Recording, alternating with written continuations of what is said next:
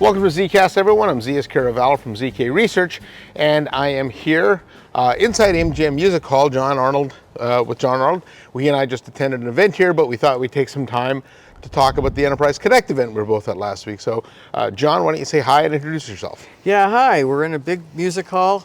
No people, no music, but it's us. And I think that's enough. Well, we're enough, yeah. I think I think there's a lot of fans coming in later to see us do this live. Yeah. So, Oh, yeah. Look, it's filling in. It is it's filling filling in. Great. Now, Jon, as I mentioned, we were both at the Enterprise Connect event held in Orlando last week, and other than it being hot and in the Biodome, there was a lot of interesting stuff that came out of it.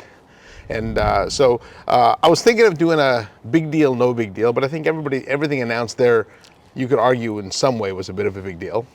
The most notable thing that's happened across all industries, I suppose, is generative AI and the rise of ChatGPT. In fact, you can't go anywhere without somebody asking me about it. So lots of vendors had AI announcements. They had generative AI announcements.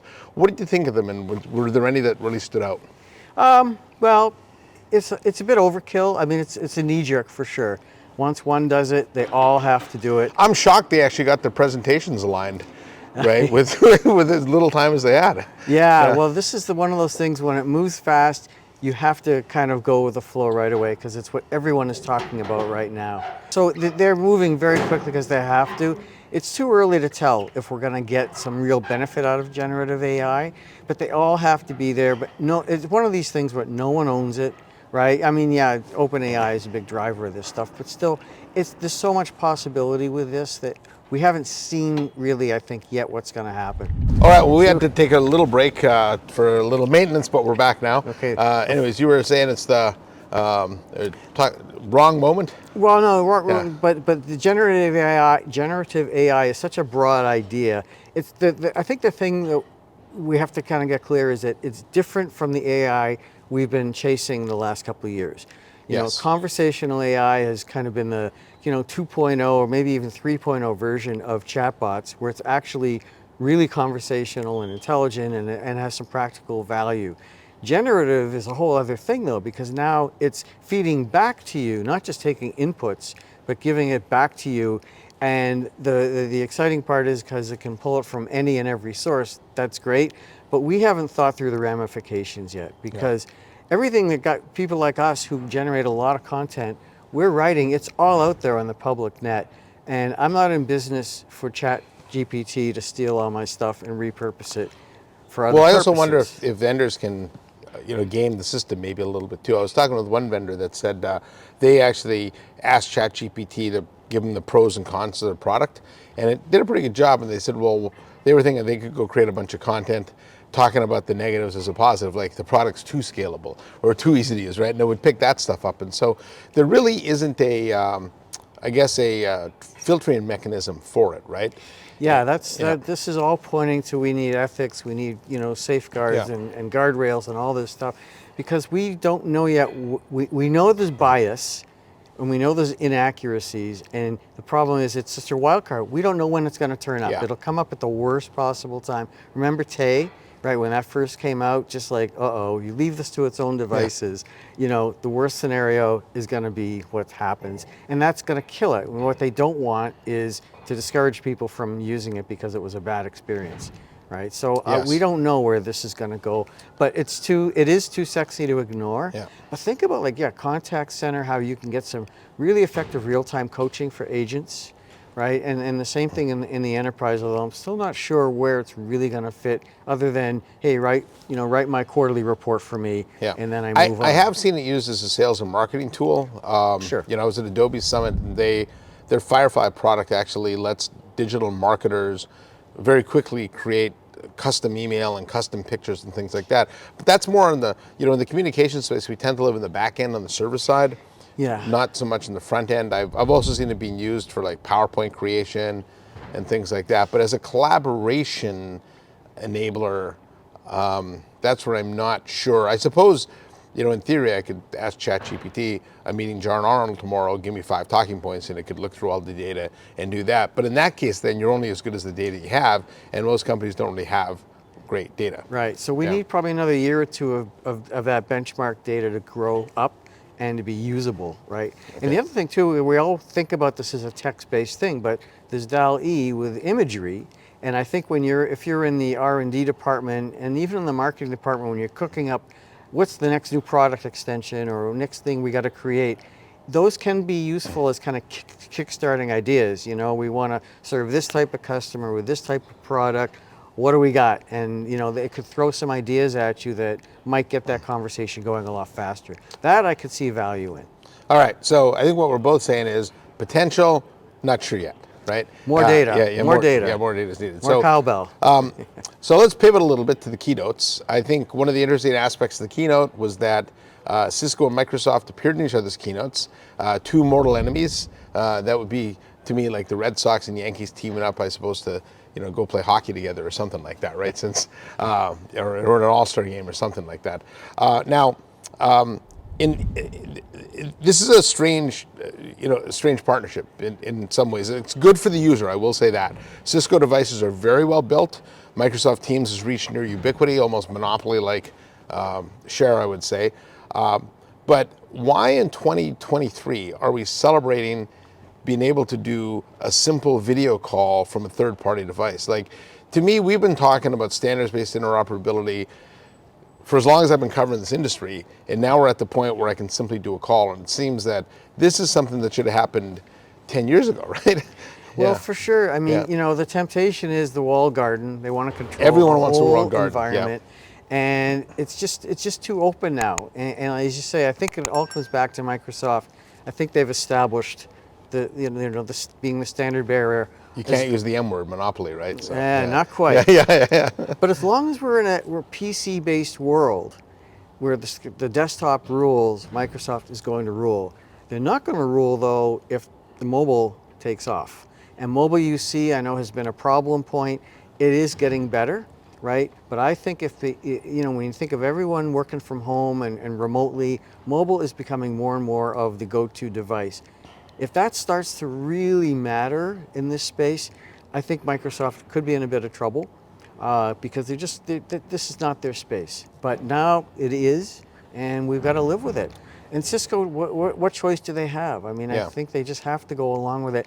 And I don't remember hearing much out of Google at this event. No. I got a good briefing from them, and their stuff looks every bit as interesting and good as Teams, right? And so they're going to resonate in a certain part of the market, but they got a long way to go, I know.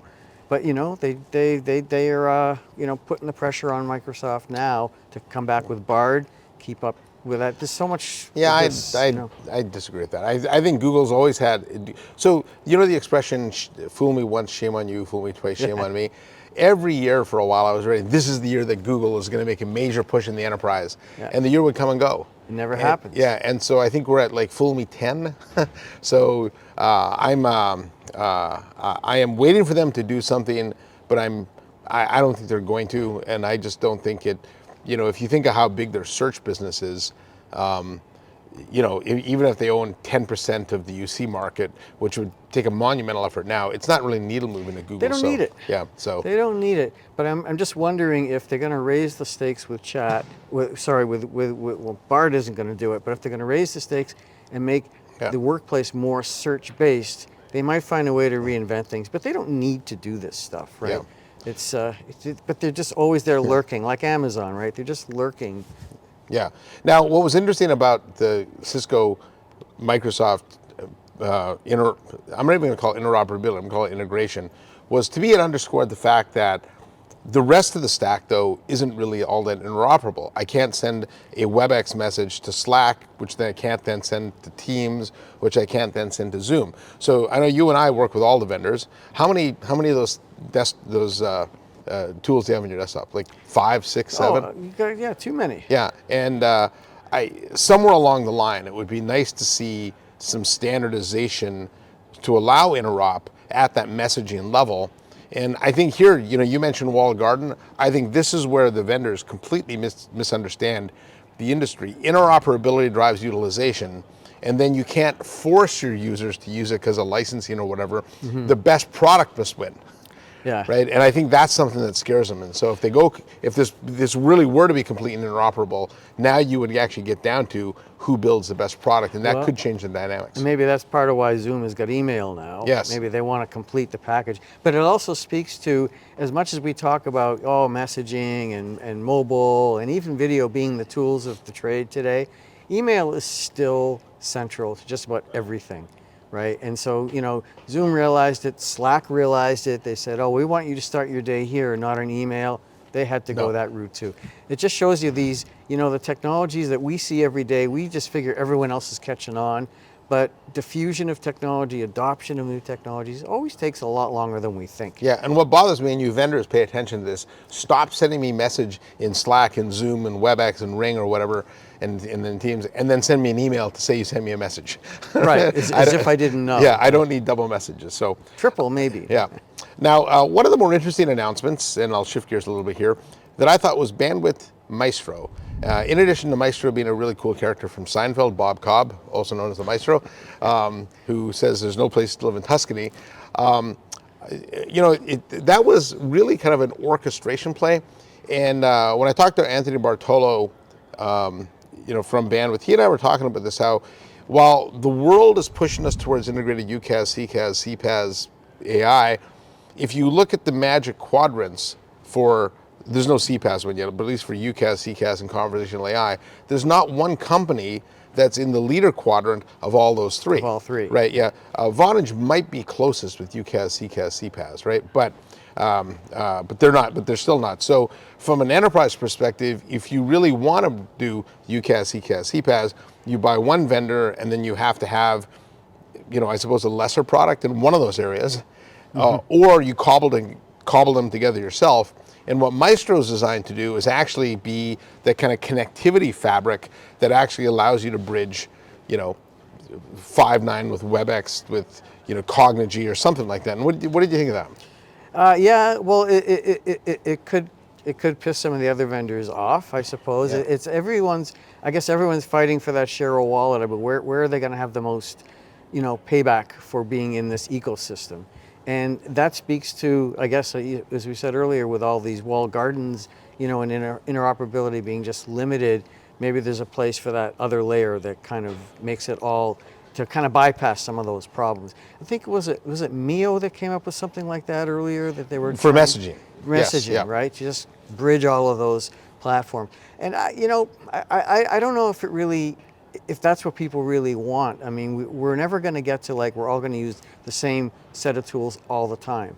So I just think I agree with you. If it has to be for the best of everyone, let everyone just pick and choose. Yeah. And as you say, let the best platform win. Yeah. So Bandwidth would just be, I guess, an arms dealer, so to speak. They'd just be neutral in the whole thing. Yeah. So I guess they're playing the Ronald Reagan role where he said, Mr. Gorbachev, tear down the wall. Tear down the walls, it's like, let's tear down these walls here, right? So, so anyways, I do think that's worth looking at, though. I thought it was a pretty interesting way to handle the problem. And they're really the only guys that can do that, because they're the underlying network services company to all the UCaaS. Yeah. And so I told Anthony that the name doesn't really work, because if you Google Bandwidth, I mean, you get a whole bunch of different things, but they're a very technically sophisticated company. Yeah, they've been around a long time, right? Yeah. Now, what do you think of all the multi-camera systems?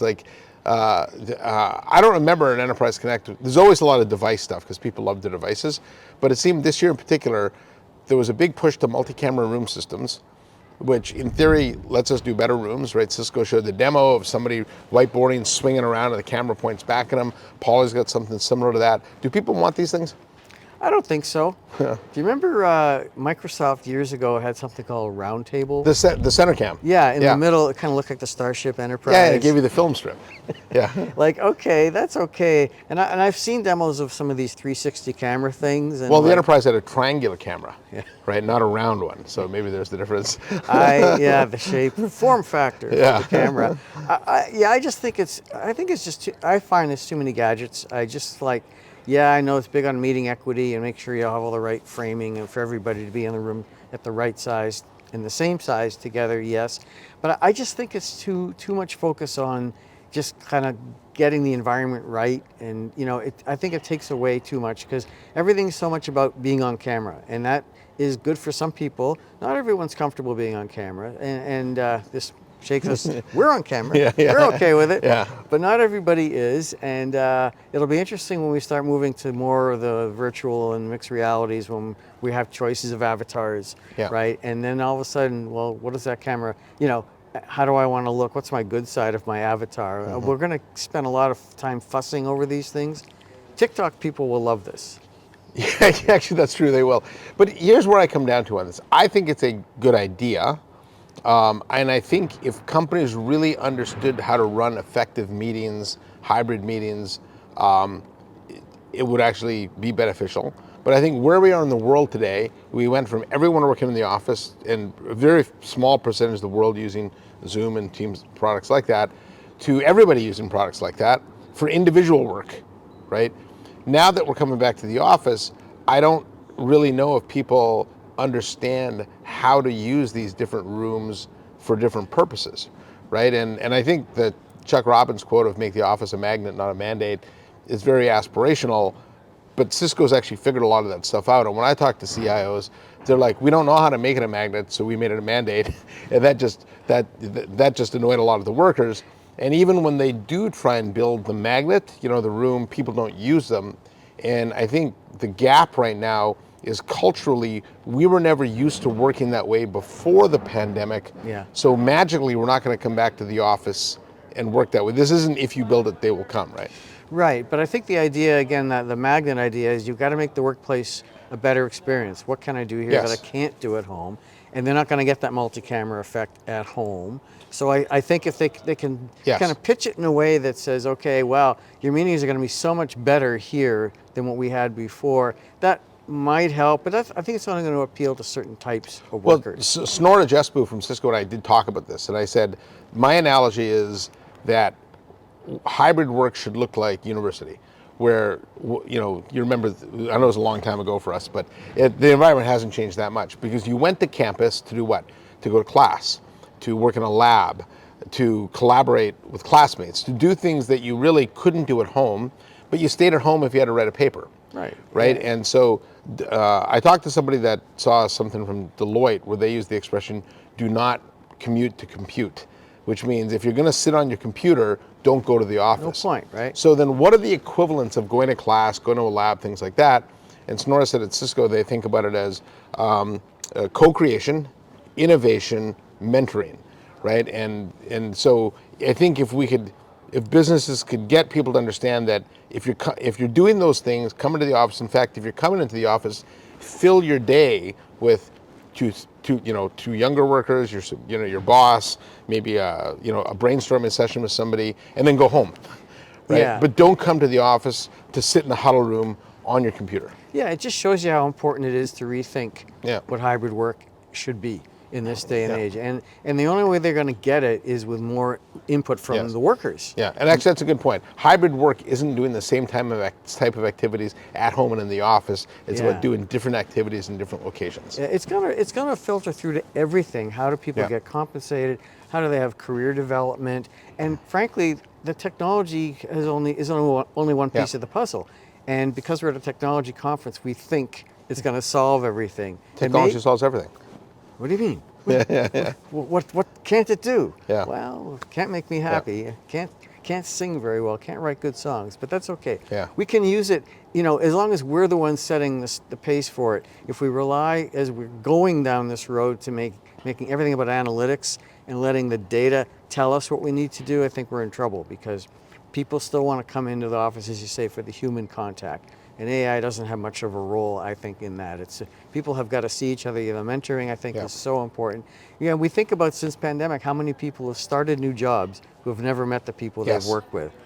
How long can you sustain that? Well, a lot of those people have been turning over now, right? So Yeah, that's a real problem. So anyway, there's Yeah. bigger problems. And I do want to say one thing that I feel strongly about for this show. With the rise of all this AI chat stuff, it's important, it's good, but it's going to have so many implications for basically ethics around data management. And we're here at Extreme Networks event, and they're in the middle of all of this stuff. And that'll be one of my takeaways for Eric for programming next year. I think there's going to be a real need for this, for us to stay kind of on top of it. Otherwise, AI is going to run everything, and we'll be subservient to it. Yeah, and in one of the sessions I went to, Gary Sorrentino, Zoom CIO, showed a data point where 79% of bank CIOs care about ethical AI, and I'm like, well, who are the 21% that don't? Let's talk to those people. Silicon Valley Bank, I guess. So, Yeah, things like that, right? So anyways, anything else catch your eye there? No, because I didn't get outside very much. Yeah. I wanted to be outside. No, you're It's not allowed to be Florida. outside. When you go to the Gaylord, you have to stay in the biodome. And I will say, through the pandemic, the menus haven't changed in the restaurants either. So, but it was good to catch up with a lot of our peers and things like that. So Rutgers was busy. Yeah. Yes. And I think in some ways that show underscores that people still want to engage, right? And what I've described hybrid work is if you want to interact, do it over video. If you want to engage, do it in person, right? And I do think that while I think Informa did a good job of trying to do virtual enterprise connects, they weren't the same, which does show there still is a role. People still want to meet with people, right? Exactly. Yeah. And let's hope it stays that way. Yeah. Although, when my bot comes to see your bot, they'll report back to us. Well, that's what I'm looking forward to. Hopefully next year at this time, it'll be Avatar Jon Arnold, Avatar Zeus Caravala doing the Zcast. We'll get an AI meeting summary of what we talked about, and we can be impressed with how smart we are. And we'll never have to show up anywhere ever again. That's right. Well, except for the baseball game. Yeah, except the game. Anyways, looking at the time, we should get over to the Over park. Fenway, right. And so on behalf of Jon Arnold, my Canadian brother, I'm Zeus Caraval from ZK Research. Thanks for watching. Don't forget to hit that subscribe button, and I'll see you next time on another Zcast.